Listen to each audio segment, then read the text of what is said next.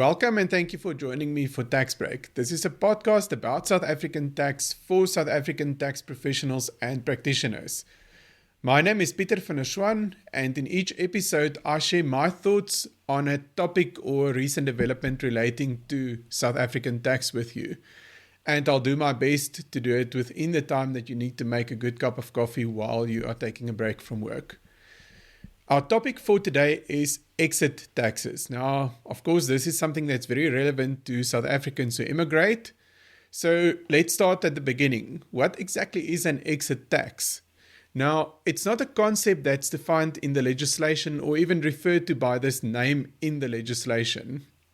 What the law does say is that when a person ceases to be a resident of South Africa, that person has got a deemed disposal of their assets on the day before they cease being a resident, and this deemed disposal is deemed to occur at the market value of the asset. So if we are looking at an asset that's a capital asset that would normally attract capital gains tax if it were to be disposed of, the deemed disposal would also trigger the capital gains tax on that asset, and the capital gain would be the difference between the market value of the asset, being the deemed proceeds, and then the base cost of the asset. Now, the base cost would be determined using the normal principles one would use to determine base cost. So in most cases, it would be whatever the person paid for the asset, but if, for example, the asset was acquired before 2001, there's a bit of a more complex formula to determine the base cost.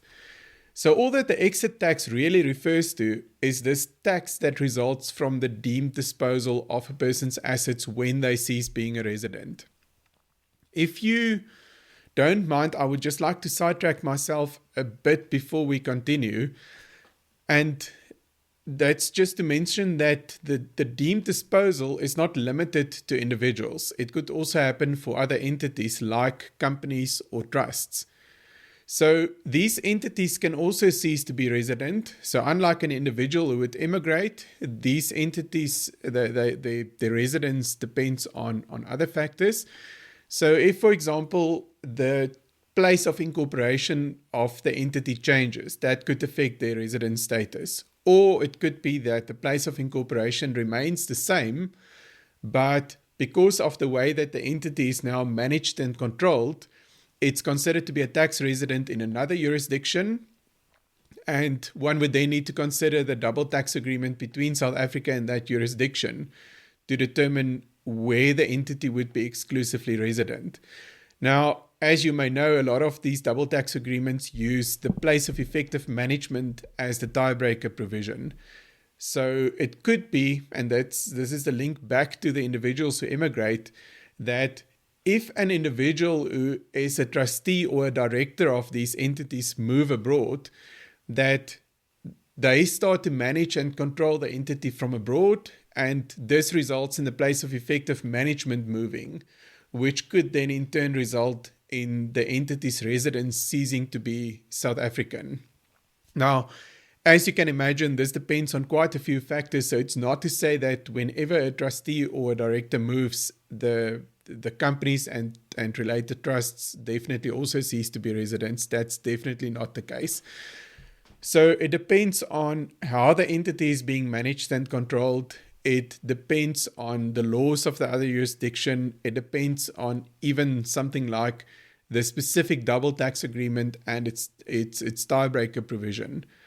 So, but it is something to be aware of and to be on the lookout for if a person immigrates. It could be a consequence of that immigration. Right, let's return back to the exit taxes now. Some good news about the exit tax is that not all of a person's assets are subject to this exit tax. So some of the assets remain within the South African tax net and would still be subject to tax even if they are disposed of by the person as a non-resident in future.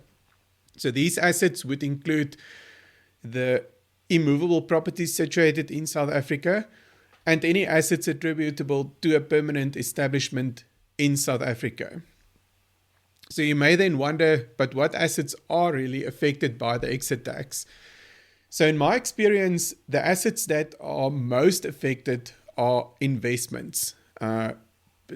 could be local investments, foreign investments. So these assets would be outside of the South African tax net if they are disposed of by a non-resident.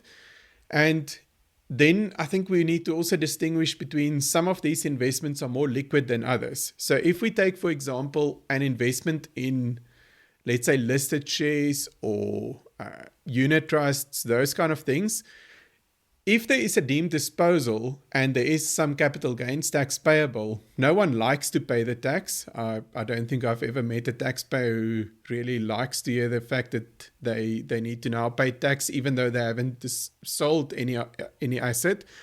But for these liquid assets, there is a way that you can sell a portion of it to get the cash to pay the tax. The real problem comes in when we're looking at private companies. Now, a lot of these private companies, if the company has got a good underlying business that someone built up, but a very low base cost. So often what you find is that these private companies where someone started the business from scratch, they don't have much of a base cost. So if we then apply the principles of the deemed disposal, the deemed proceeds would be the market value of the company, which is based on a valuation of a sound, good underlying business, and this low base cost. So then there would be a real capital gain there, or significant capital gain. And the issue is that it's not as easy to sell these shares in the private companies than it would be to sell shares in a listed company or unit trust. There's no real market to just sell bits and pieces of shareholding in private companies. So that's a cash effect of the exit taxes that you definitely need to plan for. The same problem also arises on property owning companies. Now, this one is a bit strange in the sense that even if a non-resident disposes of shares in a company that owns South African property, that disposal of the shares would still be subject to capital gains tax. However, there's no exclusion from the exit tax for this. The reason for that is that there are some double tax agreements where it could be debatable whether South Africa is allowed has still got the taxing right to tax the gains on these shares. So to ensure that these shares do not escape the South African tax net completely without their value being taxed, they are subject to the exit tax. So the same issue that you could find with private company shares could also arise on these property owning company shares. Perhaps a last point before we close, some taxpayers and practitioners try to manage the effect of the exit tax, especially on shares, through, for example, transactions involving dividends. So to basically extract the value of the share out of the share in some way before the deemed disposal occurs. Now, I think what's important to remember here is that these transactions are often not as simple as one would think. So remember, dividends, for example, would have dividends tax on it, even if the dividend remains outstanding on loan account and the cash hasn't actually flown. If we look at foreign dividends, for example, there are also some clawbacks that could happen of the exemptions that previously applied to these foreign dividends. Right, so to close and summarize for today, the important takeaways from the session. I think the first one is that just to note that an exit tax arises from the deemed disposal of assets when a person ceases to be a resident. Second important takeaway is that this exit tax does not apply to all assets. And the last one is what you really need to look out for is an exit tax on illiquid assets. Those are the ones that are difficult to or could have a significant effect, and they are difficult to fund. So that's something one would need to plan for if you plan to immigrate. Right. That's all for this episode. Thank you for listening. And if you enjoyed the podcast, please subscribe on your podcast platform, and please also tell all your friends and colleagues about it.